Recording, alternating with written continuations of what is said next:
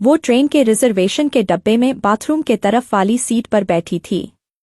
उसके चेहरे से पता चल रहा था कि थोड़ी सी घबराहट है उसके दिल में कि कहीं टीटी ने आकर पकड़ लिया तो। कुछ देर तक तो पीछे पलट कर टीटी के आने का इंतजार करती रही। शायद सोच रही थी कि थोड़े बहुत पैसे देकर कुछ निपटारा कर लेगी। देखकर यही लग रहा था कि जनरल डब्बे में चढ़ नहीं पाई इसलिए इसमें आकर बैठ गई, शायद ज्यादा लंबा सफर भी नहीं करना होगा। सामान के नाम पर उसकी गोद में रखा एक छोटा सा बैग दिख रहा था। मैं बहुत देर तक कोशिश करता रहा पीछे से उसे देखने की कि शायद चेहरा सही से दिख पाए, लेकिन हर बार असफल ही रहा। फिर थोड़ी देर बाद वो भी खिड़की पर हाथ टिकाकर सो गई और मैं भी वापस से अपनी किताब पढ़ने में लग गया। लगभग 1 घंटे के बाद टीटी आया और उसे हिलाकर उठाया। कहाँ जाना है बेटा? अंकल दिल्ली तक जाना है। टिकट है? नहीं अंकल, जनरल का है, लेकिन वहां चढ़ नहीं पाई इसलिए इसमें बैठ गई। अच्छा, 300 रुपए का पेनाल्टी बनेगा। ओ अंकल, मेरे पास तो लेकिन 100 रुपए ही है। ये तो गलत बात है बेटा, पेनाल्टी तो भरनी पड़ेगी। सॉरी अंकल, मैं अगले स्टेशन पर जनरल में चली जाऊंगी, मेरे पास सच में पैसे नहीं हैं। कुछ परेशानी आ गई इसलिए जल्दबाजी में घर से निकल आई और ज्यादा पैसे रखना भूल गई। बोलते बोलते वो लड़की रोने लगी। टीटी ने उसे माफ किया और 100 रुपए में उसे दिल्ली तक उस डब्बे में बैठने की परमिशन दे दी। टीटी के जाते ही उसने अपने आंसू पोंछे और इधर-उधर देखा कि कहीं कोई उसकी ओर देखकर हंस तो नहीं रहा था। थोड़ी देर बाद उसने किसी को फोन लगाया और कहा कि उसके पास बिल्कुल भी पैसे नहीं बचे हैं। दिल्ली स्टेशन पर कोई जुगाड़ करा के उसके लिए पैसे भिजवा दे, वरना वो समय पर गांव नहीं पहुंच पाएगी। मेरे मन में उथल-पुथल हो रही थी, न जाने क्यों उसकी मासूमियत देखकर उसकी तरफ खिंचाव सा महसूस कर रहा था। दिल कर रहा था कि उसे पैसे दे दूं और कहूं कि तुम परेशान मत हो और रो मत, लेकिन एक अजनबी के लिए इस तरह की बात सोचना थोड़ा अजीब था।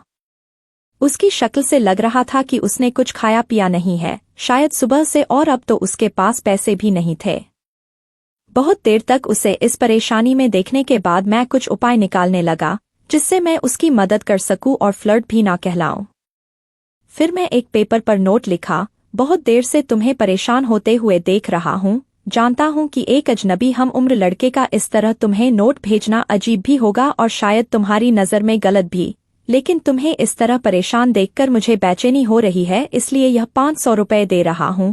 तुम्हें कोई एहसान न लगे इसलिए मेरा एड्रेस भी लिख रहा हूं, जब तुम्हें सही लगे मेरे एड्रेस पर पैसे वापस भेज सकती हो। वैसे मैं नहीं चाहूंगा कि तुम वापस करो। अजनबी हम सफर एक चाय वाले के हाथों उसे वो नोट देने को कहा और चाय वाले को मना किया कि उसे ना बताए कि वो नोट मैंने उसे भेजा है। नोट मिलते ही उसने 2-3 बार पीछे पलटकर देखा कि कोई उसकी तरफ देखता हुआ नजर आए तो उसे पता लग जाएगा कि किसने भेजा।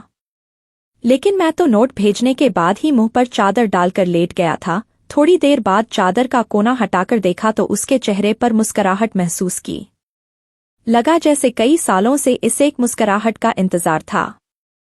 उसकी आंखों की चमक ने मेरा दिल उसके हाथों में जाकर थमा दिया। फिर चादर का कोना हटाकर हर थोड़ी देर में उसे देखकर जैसे सांस ले रहा था मैं। पता ही नहीं चला कब आंख लग गई। जब आंख खुली तो वो वहां नहीं थी, ट्रेन दिल्ली स्टेशन पर ही रुकी थी और उस सीट पर एक छोटा सा नोट रखा था। मैं झटपट मेरी सीट से उतरकर उसे उठा लिया और उस पर लिखा था, थैंक यू मेरे अजनबी हमसफर, आपका ये एहसान मैं जिंदगी भर नहीं भूलूंगी। मेरी माँ आज मुझे छोड़कर चली गई है, घर में मेरे अलावा और कोई नहीं है, इसलिए आनन फानन में घर जा रही हूँ। आज आपके इन पैसों से मैं अपनी माँ को शमशान जाने से पहले एक बार देख पाऊंगी।